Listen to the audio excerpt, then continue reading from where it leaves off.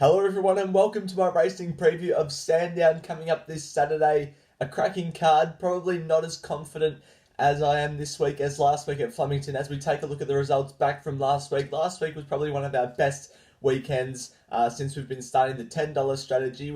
We had three winners, STARRY, Brung King, and also Senegalia in the last, and She's Pretty Rich got up for a place, so that counts as a win. But there's a few announcements I have to make before we get onto this video. To engage with my fans more, I've decided to make a last man standing competition, just like they do on Get On, where you get as much to spend on racing per weekend, and we'll have a leaderboard going. It'll be all great, but you guys will get to be a part of it. The first 3 people to DM me on Twitter and say they'd like to be a part of this competition will get in and will be one of the 4, including myself and 2 others, part of the last man standing. So it'll be great fun. Because I want to get my preview out on Wednesday nights from now on, it'll suit early bird tippers that do the form as soon as the fields come out and have their selections locked in by Wednesday night. The way to message me on Twitter is very simple. Just go to Twitter.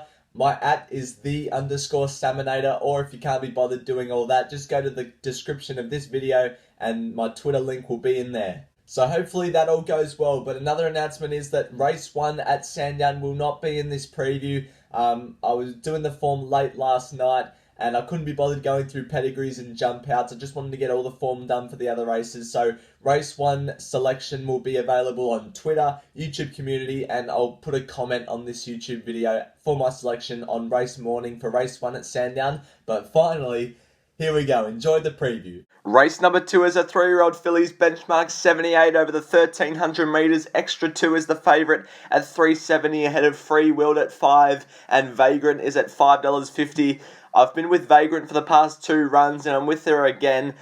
This horse is so close to a win. Last start finished 0.3 lengths off the winner, which was Jenny Jerome. Gets a little weight swing off that horse, gets him below the minimum with this run. I think we'll be in the right part of the track from gate 7. We'll be charging down the outside late, and I've got it on top. Lady Jones in for second, I reckon slightly over the odds. The race might not pan out for front runners, but I reckon this horse will go forward from the gate. I like it drawn out wide because it can stay in the good part of the track, and I reckon it's a good chance. Free Willed from gate 2 looks to get a cozy run and should be running well. Also gets a little weight swing off Jenny Jerome, who is my 4th selection and was the winner of the main lead-up race last start, so it has to be considered slightly. But I've got Vagrant 7 the win and Lady Jones 3 the win. I like those 2 horses, 1 front runner, 1 back marker, so whichever way the race pans out, hopefully I have 1 horse good at the end of the race.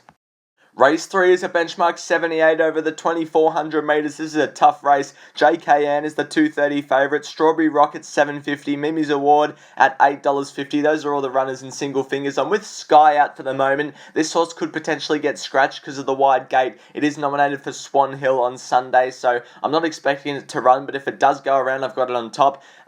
Was disappointing last start, but the market was well respected it, so it's got ability. From gate 14, we'll have to get back, so I'm not too sure about that, but I think its form prior to last start was really good, especially when it finished 3rd behind Convener at Mornington. I reckon it's ready to do something big, and at $12, I think it's worth a shot. Mimi's Award was a last start winner at Flemington, broke the duck. From gate 1, can settle close again. Laura Lafferty claims 3, which I think is oh so important in this race and has to be considered again. Strawberry Rockers had 2 runs in Sydney, pretty good. Comes into this race in Melbourne, 3rd up, and I reckon it can run well. The weight, the little query, and JAYKAYANN I thought was slightly under the odds, has to go up in class again and draws wide. But I'm with Sky out and Mimi's Award in the 3rd race.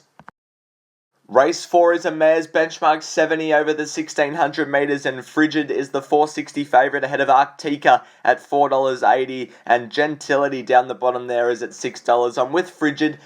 This horse gets Wiramo Pin in the saddle, who claims the 3 kilos, which I think is important, down to the 56.5. This horse has been consistent of late, running some very good races in some key lead-up races which features some other horses in this race, and I reckon now it draws inside, it can settle closer, and I reckon it's ready to win. FIASCO TESS has been also good of late, pulled up lame last start, which isn't that good, but before that was good at Warrnambool behind our August Rose. Draws gate 4, it'll be on speed, and I think it's slightly over the odds. Arctica, second up off a very good run behind Party for One at Flemington, and deserves to be tested again up to the 1600. And Cyclone Sally draws out a touch wide, but if the track does get really wet, this horse probably comes into favouritism almost and looks really hard to beat.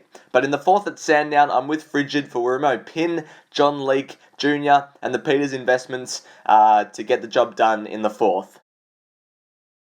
Race number 5 is a benchmark 100 over the 1,000 metres, and Dance to Dubai is the $3 favourite ahead of Starry Legend at $5, and Curran up the top is at $6.50. I'm with the favourite Dance to Dubai, gets in with the 51.5 kilos or 51 kilos for Colleen Heffel, which is an absolute treat. Will be in the lead from gate 5. I don't mind it first up. It's a little query on the wet ground, but I don't reckon it'll be as wet as everyone thinks, and I just don't think they'll catch Dance to Dubai over the 1,000 on Saturday. I reckon it's really hard to beat. ESTA La Roca, I reckon this race with the rail out 5 sets up for a horse on speed, just stalking the speed, and this horse has the ability to win, has to carry the 55.5 kilos, but is a classy horse. Starry Legend will be leading, hopefully on the outside of Dance to Dubai, and will run its normal good race. And NASRAAWY has been running really well of late. Draws gate 4, will also be on speed. But Dance to Dubai is on top for me. I've got 10 to win on it. I'm pretty keen on its chances. Probably nearly my best of the day. Colleen Heffel, 51 kilos. I don't think anyone will catch it. And if ESTA La Roca catches it, so be it.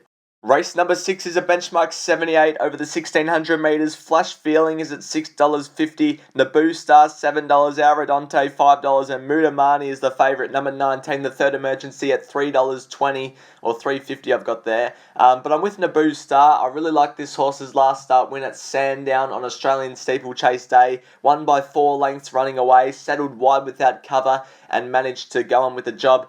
It draws wide again, but I think it'll be in the right part of the track come that stage of the day. And if it can replicate what it did last start, Matty Lloyd claims the 2 kilos.